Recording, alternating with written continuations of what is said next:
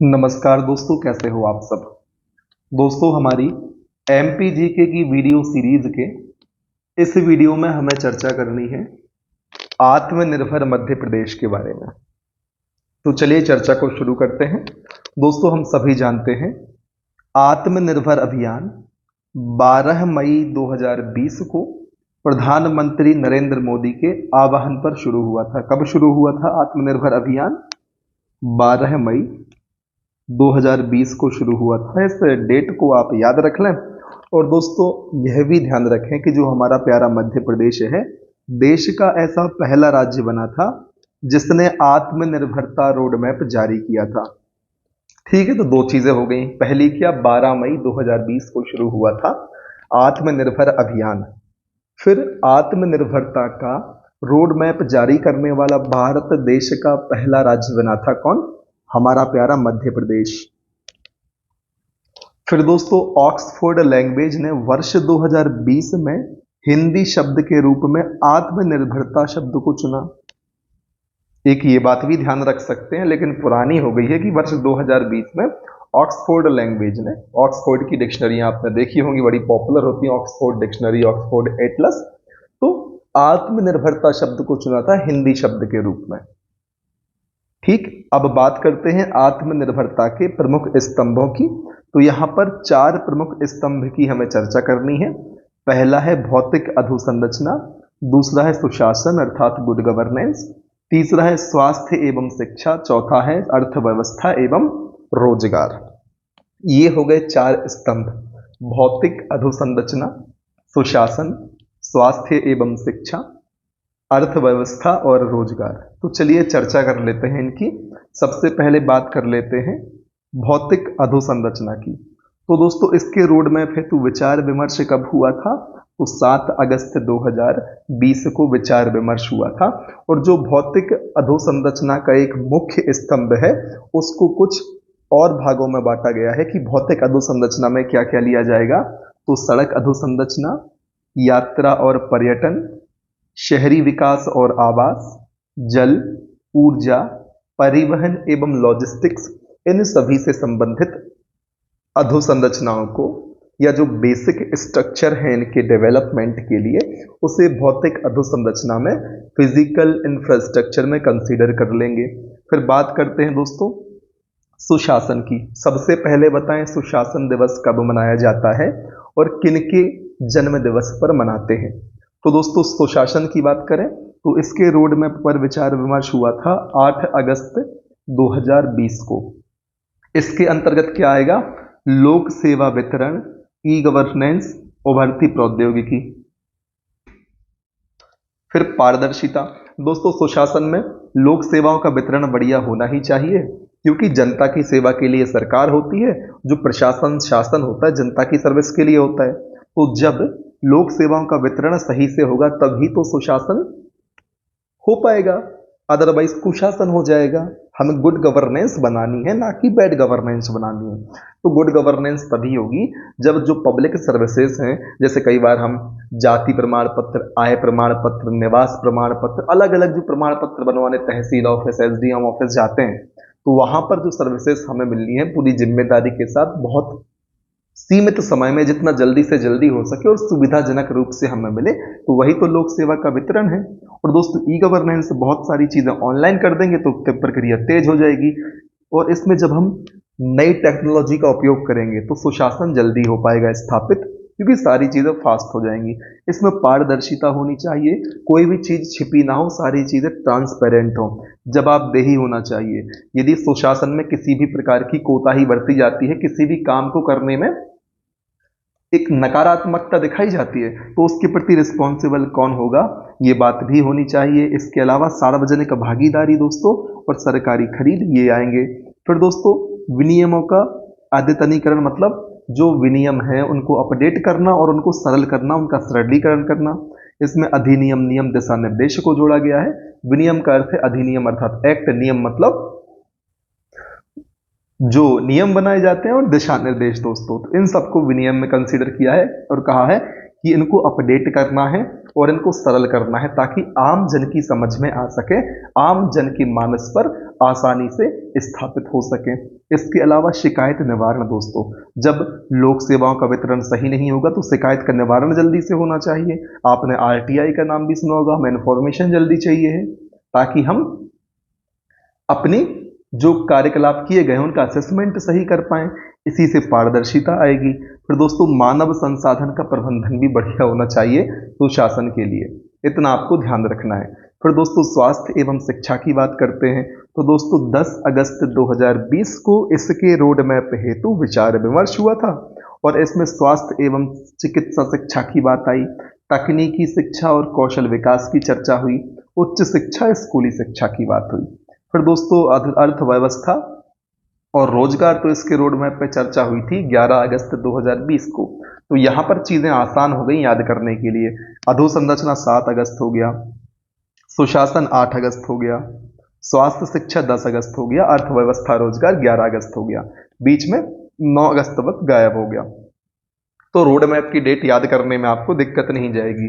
तो जो अर्थव्यवस्था और रोजगार वाला हमारा स्तंभ है उसके अंतर्गत उपवर्ग कौन कौन से हैं, तो कृषि एवं संबद्ध क्षेत्र, उद्योग एवं कौशल विकास, प्राकृतिक संसाधन, व्यापार और वाणिज्य, तो ये इसके अंतर्गत कंसीडर किए जाएंगे।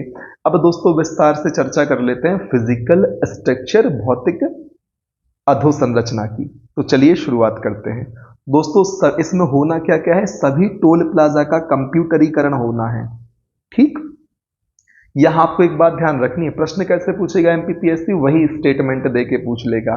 फिर ऐसे जो प्रश्न होते हैं सारी चीजें तो आप याद नहीं कर पाओगे, फिर पढ़ने के बाद एक व्यवहारिक समझ, एक अंडरस्टैंडिंग डेवलप करके आप ऑप्शंस को एलिमिनेट करके सही उत्तर तक जरूर पहुंच पाओगे। तो भौतिक अधोसंरचना में क्या होगा, सभी टोल प्लाजा का कंप्यूटरीकरण होगा। तभी तो दोस्तों जो फास्टैग हैं, फास्टैग क्या होते हैं कमेंट सेक्शन में बता दें।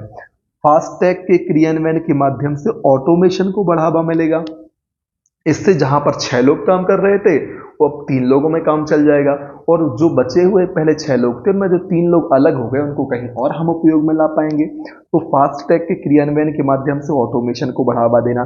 लेकिन फास्टैग का क्रियान्वयन कब बढ़िया तरीके से हो पाएगा, कब ऑटोमेशन आ पाएगा, जब सभी टोल प्लाजाओं का कंप्यूटरीकरण किया जाएगा। फिर बफर में सफर मुहिम के माध्यम से मानसून पर्यटन को बढ़ावा देना। अब दोस्तों बफर में सफर मतलब मानसून पर्यटन को बढ़ावा देना। रामायण सर्किट, ट्राइबल सर्किट, तीर्थंकर सर्किट तैयार करना। दोस्तों ग्रामीण पर्यटन, ट्राइबल पर्यटन आदि को बढ़ावा देना। दीनदयाल रसोई योजना का विस्तार एवं सशक्तिकरण करना।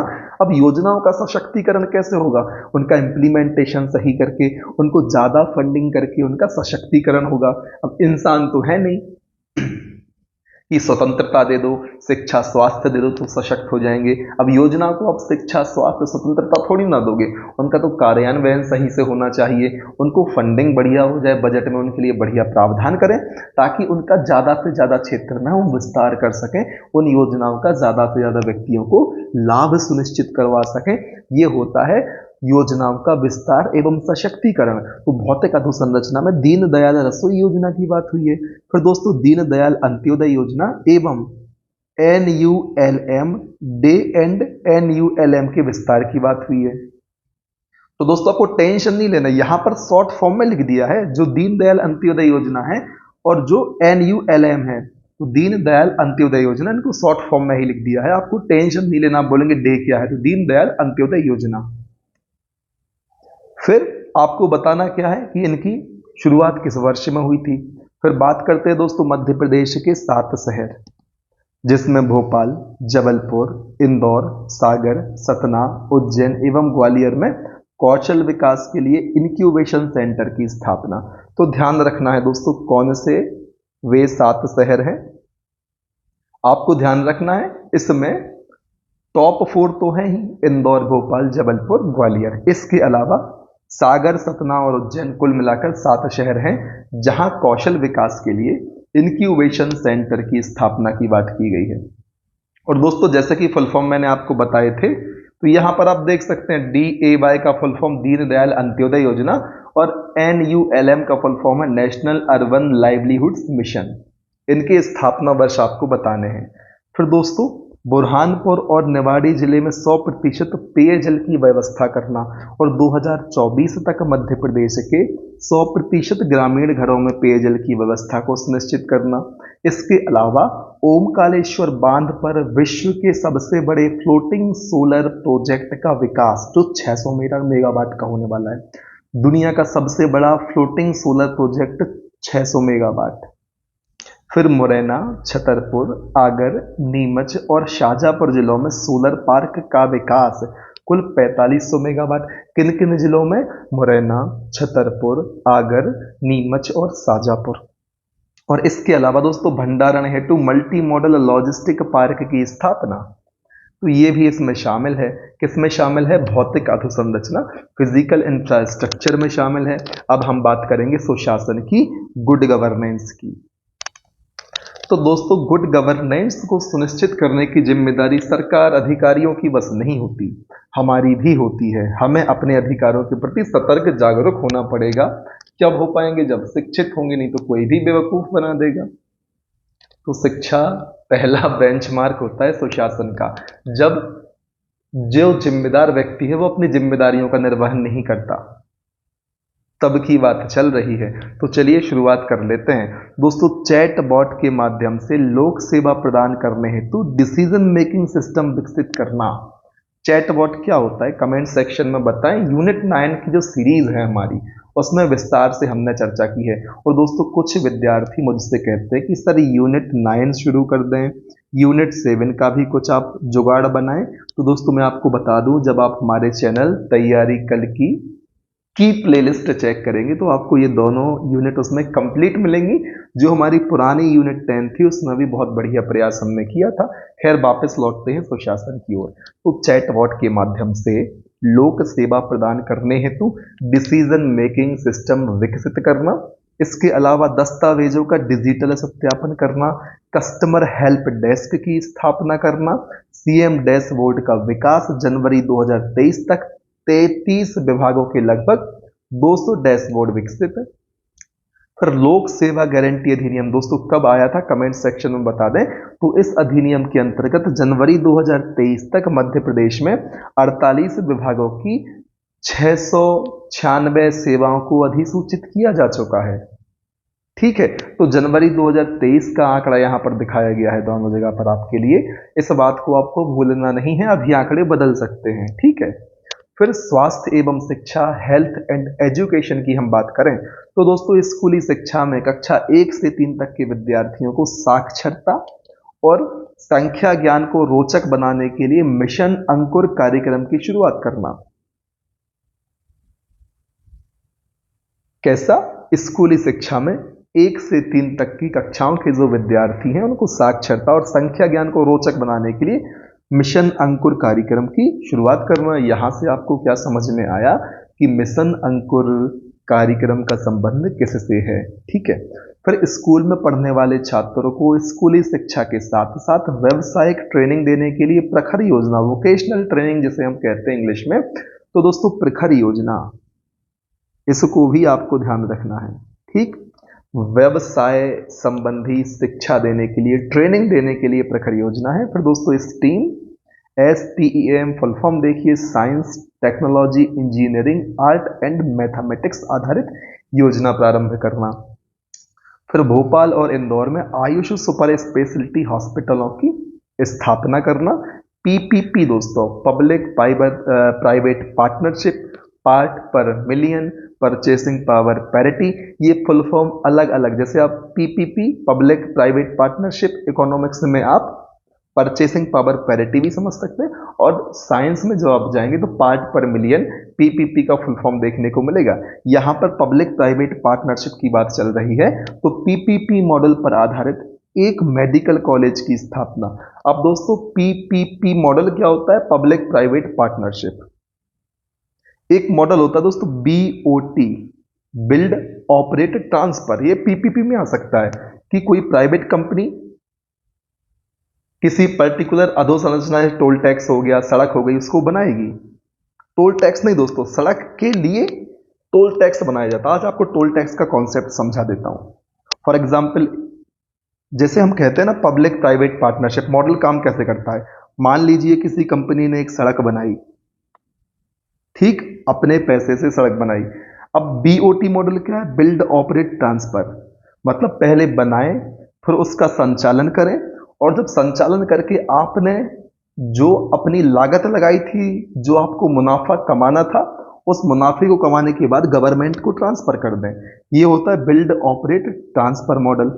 एक तो ये मॉडल, इसको भी आप पीपीपी में जोड़ सकते हैं, क्योंकि इसमें प्राइवेट सेक्टर भी जिसने बनाया है और कुछ समय तक ऑपरेट किया। किस समय तक ऑपरेट करेगा, जिस समय तक उस बनाने वाली कंपनी का लागत प्लस उसका जो लाभ है वो नहीं निकाला था। फिर ट्रांसफर करता है सरकार को कि अब आपकी हो गई। आपने कई स्थानों पर टोल टैक्स देखे होंगे, सड़कों पर इस प्रकार से टोल नाके बनाए जाते हैं और वहां पर टोल टैक्स की वसूली की जाती है। वो बीओटी मॉडल का उदाहरण है। किसी प्राइवेट कंपनी ने सड़क बनाई, अब सड़क बनाने में उसके पैसे लगते हैं, तो वो पैसा निकालने के लिए प्लस जो लाभ अर्जन के उद्देश्य से उसने सड़क बनाई थी, बेनिफिट के हिसाब से सड़क बनाई थी, उस बेनिफिट को वसूलने के लिए सड़कों पर टोल नाके बनाए जाते हैं। तो ये बीओटी मॉडल पर आधारित होते हैं। और दोस्तों पब्लिक प्राइवेट पार्टनरशिप का सीधा सा मतलब है कि किसी अधोसंरचना, स्वास्थ्य हो चाहे शिक्षा हो चाहे इंफ्रास्ट्रक्चर हो, किसी की भी डेवलपमेंट के लिए पब्लिक मतलब गवर्नमेंट और प्राइवेट संस्थान आपस में मिलकर काम करेंगे। उम्मीद है बिल्ड ऑपरेट ट्रांसफर बीओटी आपके लिए मॉडल समझ में आया होगा। कुछ नया जानने को मिला आपको इस मॉडल से तो हमें कमेंट सेक्शन में जरूर बता दें कि सर ऐसी चीजें बताते रहें, ताकि मैं भी आपके लिए इस प्रकार से प्रयास करता रहूं। मेरे दिमाग में काफी सारी चीजें आती हैं लेकिन आपके कमेंट नहीं आते, तो फिर मैं उनको स्किप करते हुए सीधे टॉपिक पे आ जाता हूं। और दोस्तों इकोनॉमिक्स के हिसाब से बीओटी जैसे शब्द टर्म बहुत ज्यादा इंपॉर्टेंट है, 3 मार्कर में पूछने फिर क्या करेंगे। फिर दोस्तों उज्जैन में मेडिकल डिवाइस पार्क की स्थापना, ये भी आपको ध्यान रखना है स्वास्थ्य और शिक्षा में। फिर बारी आती है अर्थव्यवस्था और रोजगार की। तो दोस्तों मोटे अनाज को श्री अन्न कहा जाता है। श्री अन्न कोई नए प्रकार का अन्न नहीं है, मोटे अनाजों को सम्मिलित रूप से श्री अन्न कहा गया। और दोस्तों बुंदेलखंड क्षेत्र में पानी की खेती को बढ़ावा देना, अर्थव्यवस्था और रोजगार में 100 दोस्तों 100 नहीं 1000 स्मार्ट ग्रामों का विकास करना। कैसे, 1000 जलवायु स्मार्ट ग्रामों का विकास करना। फिर मंडला जिले में राष्ट्रीय स्तर के जैविक कृषि अनुसंधान केंद्र की स्थापना करना। भाई कहाँ होना है, नेशनल लेवल का जैविक कृषि अनुसंधान केंद्र स्थापित, तो वह होना है मंडला में। फिर शरबती गेहूं, लाल चना, पिपरिया तुअर दाल, काली मूछ चावल, जीरा शंकर चावल, चिन्नौर चावल को जीआई टैग दिलवाने का प्रयास करना। फिर नोट की बात करें तो दोस्तों शरावती गेहूं सीहोर का है, चिन्नौर चावल बालाघाट के हैं, इनको जीआई टैग मिल चुका है।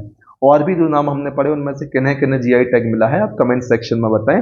फिर एक जिला एक उत्पाद योजना को बढ़ावा देना। और दोस्तों भोपाल में ग्लोबल स्किल पार्क की स्थापना करना। कहाँ होना है ग्लोबल स्किल पार्क का निर्माण, स्थापना भोपाल में होनी है। दोस्तों बांस मिशन को वन विभाग से कृषि विभाग में स्थानांतरित करना।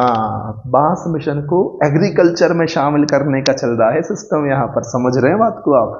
बांस मिशन को वन विभाग से निकालकर कृषि विभाग में स्थानांतरित करना। जीआईएस आधारित ग्रीन प्लेटफॉर्म की स्थापना करना। जीआईएस का फुल फॉर्म होता है ज्योग्राफिक इंफॉर्मेशन सिस्टम।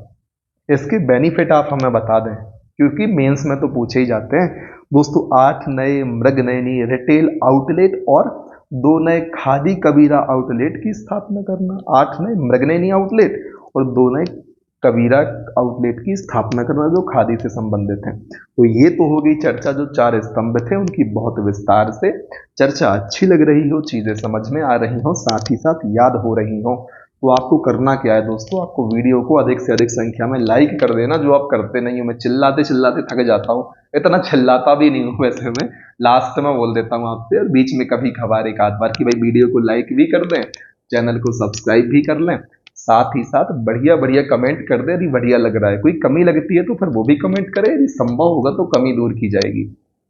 आप में से काफी सारे विद्यार्थी मुझसे डिमांड करते रहते हैं कि सर करंट अफेयर की बहुत बड़ी मेगा सीरीज, जैसे आजकल हम मैराथन वीडियो कहते हैं, मैराथन वीडियो लेकर आ जाएं, या फिर सर आप यूनिट 9 की जो नया एडिशन है या यूनिट 9 को आप बिल्कुल फिर से कवर कर दें। तो दोस्तों समय मिलेगा तो प्रयास कर लेंगे। फिलहाल इस यूनिट पर फोकस है क्योंकि एक अकेले इंसान को सारी यूनिट कवर करनी है, साथ ही साथ 8 घंटे की जॉब भी करनी है, फिर सोना भी पड़ता है, क्योंकि हम होमोसेपियंस है, बैटरी लगी नहीं होती है, तो हम चार्जिंग से अपने आप को चार्ज तो कर नहीं सकते, तो समय थोड़ा सा कम रहता है। इसलिए मैं तो सारा कुछ कवर करा देता मेरा बस चलता, तो बस कुछ ऐसी चीजें हैं जिनको निगलेक्ट नहीं कर सकते भाई। जॉब है तो जाना ही पड़ेगा आपको, नींद है तो लेनी ही पड़ेगी आपको, और जो बाकी समय रहता है वो सब उसके अलावा मैं पूरा प्रयास करता हूँ, भरसक प्रयास करता हूँ अधिक से अधिक समय आप लोगों के लिए दिया जाए। तो फिर आत्मनिर्भर मध्य प्रदेश और आत्मनिर्भर रोड मैप के 5 मंत्रों की बात और कर लेते हैं दोस्तों हम, ठीक है, जो यहां दिखाए गए हैं। तो दोस्तों, वैश्विक प्रतिस्पर्धा, ग्लोबल कंपटीशन, संवहनीयता, सस्टेनेबिलिटी और लचीलापन, समझ रहे हो, फ्लेक्सिबिलिटी आप कह सकते हो। सबके लिए पढ़ाई, सबके लिए कमाई, एक जिला एक पहचान, लोकल फॉर वोकल, कृषि क्षेत्र के इर्द गिर्द रोजगार, तो ये हैं मंत्र आत्मनिर्भर मध्य प्रदेश, आत्मनिर्भर रोड मैप के। इन मंत्र को सिर्फ पढ़ने से कुछ नहीं होना है, इनका जब तक इम्प्लीमेंटेशन नहीं होगा, जब तक इनका वास्तविक स्तर पर कार्यान्वयन नहीं होगा, तो सरकार कितने भी अपने पर्चों में छपवाती रहे, इनका कुछ असर नहीं होने वाला। भगवान को मानने से कुछ नहीं होता, भगवान की माननी पड़ती है, समझ रहे हैं बात को। भगवान को ना मानो, भगवान की मानो, भगवान की कही गई बातें मानो। तो जो मंत्र ये लिख रहे हैं ना 5-5, इनका क्रियान्वयन करना है, सबके लिए पढ़ाई, सबके लिए कमाई। तो भाई सरकारी स्कूलों की है, मतलब कंडीशन जाके देख लीजिए, किस प्रकार से पढ़ाई होती है, फैसिलिटी क्या है, टीचर किस प्रकार से काम कर रहे हैं वहां पर। मंत्र हमने लिख दिए, मंत्र से कुछ नहीं होना, समझ रहे हैं बात को, पालन करना पड़ेगा आपको। सरकार के लिए मेरा ये सवाल है कि कब होगा भाई। मंत्र बना दिए, हम एक भी मंत्र को फॉलो कर लें, पूरे प्रदेश की स्थिति संभल जाएगी। चलो ये 2 नंबर का ही फॉलो कर लो, बढ़िया पढ़ाई करा दो, बढ़िया रोजगार दे दो, बाकी कुछ नहीं करना फिर आपके लिए, सब अपने आप चलेगा। लेकिन नहीं, वादे करना है और वादों को फिर भूल जाना है, तो ये चीज थोड़ी सी गलत है। बार बार धोखा देना गलत चीज होती है, और फिर सामने चले जाना, तो ऐसा कैसे हो जाता है। गलती करके फिर सामने, मतलब गलती करना सुधर जाएगी, लेकिन जो कहा उसको जानते हुए भी क्रियान्वयन नहीं कर पा रहे हो, फिर सामने चले जाना, तो ये चीज लगती है कि यार कितनी बेशर्मी टाइप की चीजों में आ गई है। कोई बात नहीं, चलते हैं अगले बिंदु पर, मध्य प्रदेश आत्मनिर्भरता से संबंधित मिशन की ओर। तो सबसे पहले पढ़ेंगे मिशन जनगण के बारे में। तो दोस्तों, सहजता से आम जन को नागरिक सेवाएं पारदर्शिता एवं संवेदनशीलता के साथ समय सीमा में उपलब्ध कराने का लक्ष्य। मिशन जनगण का उद्देश्य क्या है कि भाई सहजता से, बड़े आराम से, प्यार से, जो हमारी पब्लिक है, जो आम जन है, उनके लिए नागरिक सेवाएं, जो ट्रांसपेरेंसी है और जो संवेदनशीलता के साथ काम करते हुए, कहने का मतलब सेंटेंस फॉर्मेशन ठीक नहीं है, कॉमा नहीं होना चाहिए सर, जो नागरिक सेवाएं हैं पूरे पारदर्शी तरीके से एवं संवेदनशीलता के साथ समय सीमा में हम लोग को उपलब्ध हो जाए। इससे ज्यादा जनता को चाहिए क्या है बताइए, ये हो गया जनगण मिशन का उद्देश्य। फिर मिशन अर्थ क्या है दोस्तों, ध्यान रखना है, मिशन किस मिशन का संबंध किससे है। मिशन जनगण दोस्तों, मुख्यमंत्री फसल योजना के अंतर्गत कृषि उत्पादकता तथा किसानों को उचित मूल्य दिलवाने हेतु ध्यान केंद्रण मिशन अर्थ का उद्देश्य है। किस योजना के अंतर्गत, मुख्यमंत्री फसल योजना के अंतर्गत कृषि उत्पादकता तथा किसानों को उचित मूल्य दिलवाने हेतु ध्यान केंद्रण है मिशन अर्थ का। फिर मिशन दक्ष की बात करें, वोकल फॉर लोकल का आह्वान, मेगा आईटीआई और ग्लोबल स्किल पार्क से कौशल विकास और रोजगार पर ध्यान केंद्रण एक ही बात है, ठीक है। मिशन दक्ष का उद्देश्य क्या है, वोकल फॉर लोकल का आह्वान करना है कि भाई लोकल प्रोडक्ट उपयोग करने हैं, मेगा आईटीआई और ग्लोबल स्किल पार्क से कौशल विकास करना और रोजगार पर ध्यान संकेंद्रण करना। दुख तो तब होता है कि कौशल विकास भी हो गया फिर भी रोजगार नहीं मिला, तो समस्या यहां आती है। पढ़ने लिखने का फायदा समझ नहीं आता लोगों को, तो परेशान ज्यादा हो जाते हैं। तो समझना चाहिए, लिख रहे हैं हम चीजें लेकिन इंप्लीमेंट नहीं हो पा रही हैं भाई, इंप्लीमेंट भी करना है। मिशन स्वावलंबन दोस्तों, युवाओं को स्वरोजगार के नए अवसर देने का लक्ष्य, ठीक। मिशन बोधि की बात करें दोस्तों, 21वीं सदी के अनुरूप smart classroom, CM rise school की स्थापना करना मिशन बोधि का लक्ष्य है। मिशन निरामयम, स्वास्थ्य सेवाओं और प्रबंधन को विश्व स्तरीय बनाने का प्रयास एवं टेलीमेडिसिन सेवाओं पर विशेष ध्यान केंद्रण। अब टेलीमेडिसिन सेवाएं क्या होती हैं आप ये कमेंट सेक्शन में बताएं, नाम से समझ में आ रहा है, और निरामय तो हमें नाम से ही समझ में आ रहा है, स्वास्थ्य से संबंधित है। फिर दोस्तों, मिशन निर्माण की बात करें तो सड़क पुल निर्माण के साथ साथ सिंचाई व्यवस्था और ग्रामीण घरों तक नल जल पहुंचाने का लक्ष्य।